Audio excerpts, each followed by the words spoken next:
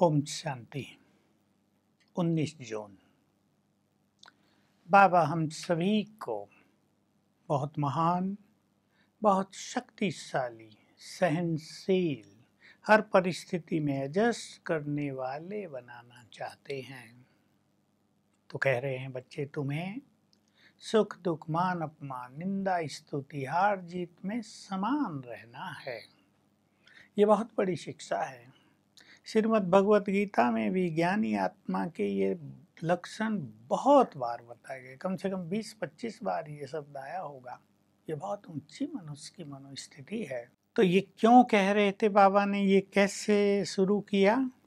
क्योंकि उन दिनों मधुवन में जगह बहुत थोड़ी थी और बहुत सारे भाई बहने आ गए थे बाबा से मिलने। बहुत सारे माना 100 आ गए तो बहुत भीड़ हो गई, तो जमीन पर सोना पड़ता था, पैसेजेज में सोना पड़ता था, थोड़ी तकलीफ भी होती थी। वैसे तो गर्मी का मौसम होता था, लोग छतों पे भी सो जाते थे, एंजॉय करते थे। लेकिन कुछ लोग थोड़े से परेशान होते थे, सोचते थे हमारी टीचर, जिसको हम ब्राह्मणी कहते हैं, हमारी ब्राह्मणी ऐसे ही ले आई, हमें बताया नहीं वहाँ फैसिलिटीज़ नहीं होगी, हम नहाते तो कितना अच्छा होता, यहाँ के तो हम दुखी हो गए, ये नहीं मिलता वो नहीं मिलता। तो बाबा कह रहे बच्चे, देखो तुम भक्ति में यात्राओं पे जाते थे, अभी हम विचार कर लें, अमरनाथ, बद्रीनाथ, केदारनाथ की यात्रा पर लोग जाते हैं, गंगोत्री भी जाते हैं। रास्ते में तूफान आ जाते हैं, टेररिस्ट आ जाते हैं, विघ्न पड़ने लगते हैं, बरसात होने लगती है।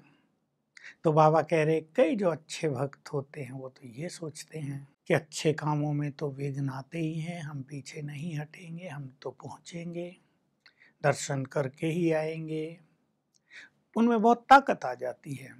और कई सोचते हैं अरे कौन जाएगा, घर बैठे ही दर्शन कर लेंगे, वापस चलो, कहीं मर गए तो क्या होगा। अच्छे भक्त सोचते हैं मर गए तो भगवान की यात्रा पर मरेंगे, सद्गति हमें प्राप्त हो जाएगी। बाबा ये उदाहरण दे रहे हैं। तो तुम बच्चे भी यात्रा पर हो, तुम्हें कोई चीज़ ना मिले, थोड़ी बहुत परेशानी हो जाए तो परेशान नहीं होना चाहिए। भगवान से मिल रहे हैं, भगवान पढ़ाने आया है, वो प्यार दे रहा है, वो अपनापन दे रहा है, तुम्हें सत्य ज्ञान मिल रहा है। तो ये छोटी मोटी बातें अगर सहन करनी पड़े तो कोई खास बात नहीं है। तीर्थों पे तो लोग रेत में बैठे रहते हैं, वैसे ही सोते रहते हैं, कुछ भी मिला खा लिया। दूसरी बात आज बाबा की मुरली में है जो हम सभी के लिए बहुत ही प्रेरक है, और ये बात यज्ञ में आदि से अब तक होती ही आई है, और वो है कई बच्चे रूस जाते हैं, ब्राह्मणी से भी रूस जाते हैं। ब्राह्मणी हम कह आए हैं, हम टीचर्स को कहते हैं जो भाई बहनों को यहाँ लाती हैं, सेंटर्स में जो टीचर्स हैं उन्हें गाइड करती हैं। कई आपस में लड़ जाते हैं तो रूस जाते हैं, कई बाबा से भी रूस जाते हैं। तो बाबा कह रहे हैं बच्चे, भगवान से रूठना माना अपने पद से, अपनी सद्गति से रूठना। बहुत तपस्या साधना भक्ति करने के बाद तो तुम्हें भगवान मिला है, अब तुम उससे रूस जाते हो छोटी मोटी बातों में, तुम उसे पहचानते नहीं हो। कुछ छोटी मोटी कमी रह गई, कोई बात पसंद ना आई तो रूस के ज्ञान छोड़ दिया। फिर बाबा सावधान भी करते हैं, बच्चे सजाएं बहुत बड़ी हैं, अंत में खूने नाहक खेल होगा, बम्स गिरेंगे, बेगुनाह लोग मारे जाएंगे, लोग चिल्लाएंगे हमने क्या गुनाह किया, क्या पाप किया जो हमें इस तरह मौत के मुंह में धकेला जा रहा है। गर्भ में भी बहुत सजाएं होंगी, बाबा साक्षात्कार भी कराएंगे, साक्षात्कार के बिना तो सजा दी नहीं जा सकती। इसलिए जब तुम्हें भगवान मिला है उससे सब कुछ ले लेना है।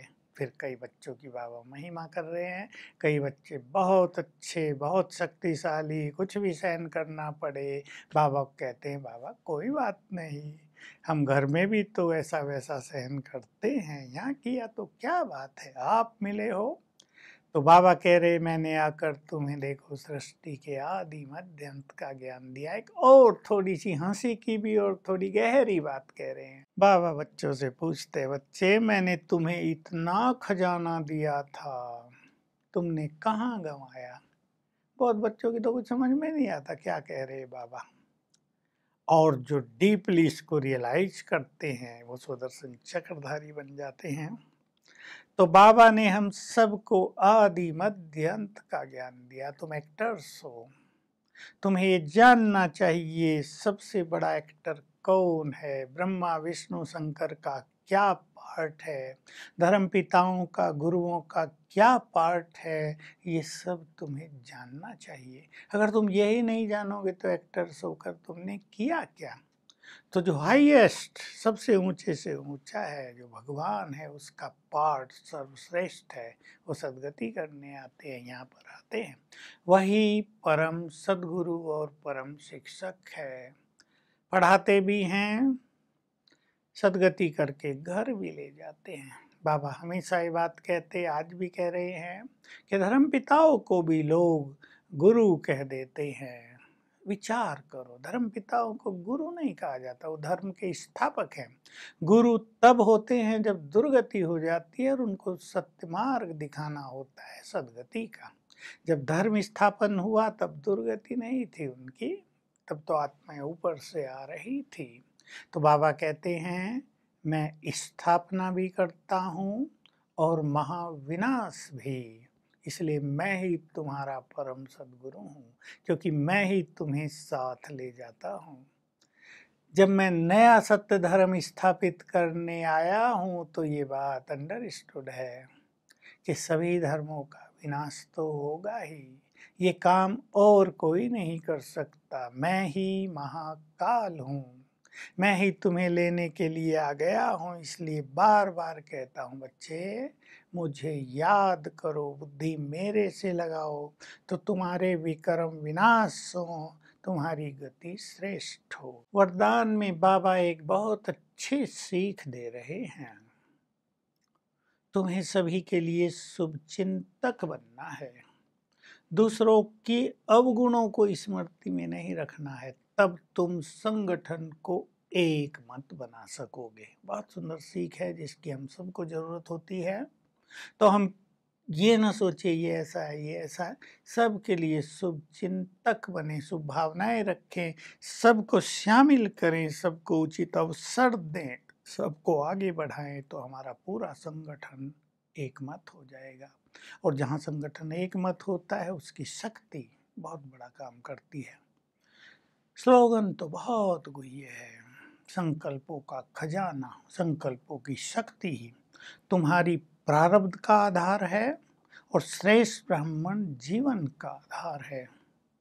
जितने महान संकल्प, श्रेष्ठ संकल्प, उतनी बड़ी प्रारब्ध, उतना ही सुखी और बहुत श्रेष्ठ हमारा ब्राह्मण जीवन। तो आज सारा दिन हम अब संकल्प करेंगे, हमें निंदा स्तुति मान अपमान में समान रहना है, समान रहना ही है। सहन छोटी मोटी बातों को करना कोई बड़ी बात नहीं होती। और बाबा का आह्वान करेंगे हर घंटे और फील करेंगे उसका आशीर्वाद का हाथ हमारे सिर पर है। Om Shanti. To watch Peace of Mind channel videos on YouTube, subscribe us on youtube.com/tvpeaceofmind. Just a click for a peaceful life.